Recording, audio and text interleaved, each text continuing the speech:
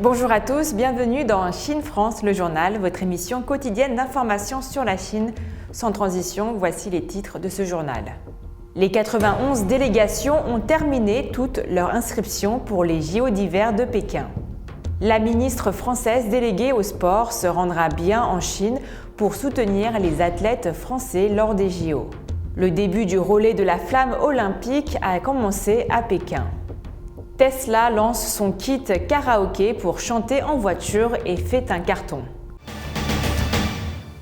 L'ensemble des 91 délégations des Jeux olympiques d'hiver de Pékin 2022 ont terminé leur inscription, ont déclaré mercredi 2 février les organisateurs.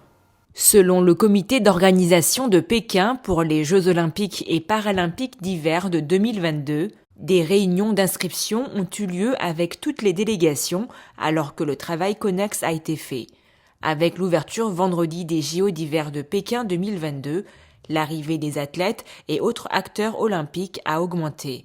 Entre le 31 janvier à 18h et le 1er février à 18h, 1750 arrivées en Chine ont été enregistrées.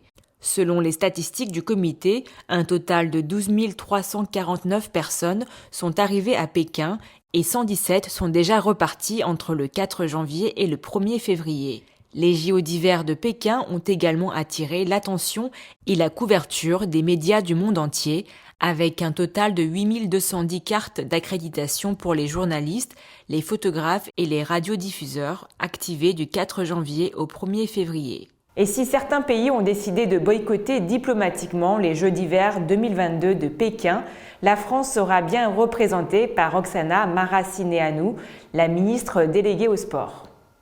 La France a tranché. Il n'y aura pas de boycott diplomatique de sa part lors de ces Jeux d'hiver 2022 à Pékin. En effet, alors que certains pays n'enverront pas de représentants en Chine pour l'occasion, Roxana Maracineanu, ministre française déléguée au sport, va elle bien faire le déplacement. Une décision assumée par le gouvernement français. Dimanche dernier, Clément Beaune a pris la parole sur les ondes de RTL pour évoquer le choix de la ministre. Il y aura une présence de la ministre déléguée au sport, Roxana Maracineanu, sans doute pas à la cérémonie d'ouverture, mais pour soutenir nos athlètes à un moment pendant ces JO. La plupart des pays européens ont la même stratégie d'avoir une présence nulle ou raisonnable, c'est-à-dire pas du niveau de chef d'État ou de gouvernement à la cérémonie d'ouverture. Probablement pas nous, ce sera plus tard que la ministre déléguée au sport s'y rendra, a déclaré le secrétaire d'État chargé des affaires européennes. Clément Beaune a également expliqué que ce boycott diplomatique n'aura que très peu d'impact. Le relais de la flamme pour les Jeux olympiques d'hiver de 2022 a commencé à Pékin mercredi, tout juste 2 jours avant l'ouverture officielle des Jeux.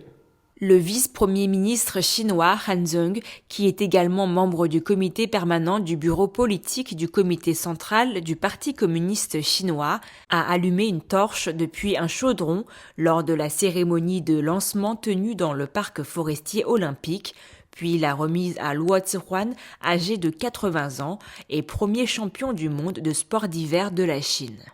La taille du relais de la flamme a été réduite et l'événement se déroule sous des mesures de précaution strictes en raison des préoccupations liées à la pandémie de Covid-19. Quelques 1200 participants prendront part au relais qui durera 3 jours à travers 3 zones de compétition et se terminera par l'allumage du chaudron lors de la cérémonie d'ouverture prévue vendredi soir. Le premier jour a pour thème présenter Pékin comme ville doublement olympique alors que la flamme fait son chemin vers le parc olympique d'hiver de Pékin. Les Jeux olympiques d'hiver auront lieu du 4 au 20 février. À l'occasion du Nouvel An chinois, Tesla a lancé un accessoire destiné aux propriétaires de véhicules électriques en Chine. Il s'agit d'un microphone pour faire des karaokés en voiture, le Tesla Mic. Tesla, la célèbre entreprise de voitures électriques, propose chaque année de nouvelles fonctionnalités incroyables pour ses véhicules.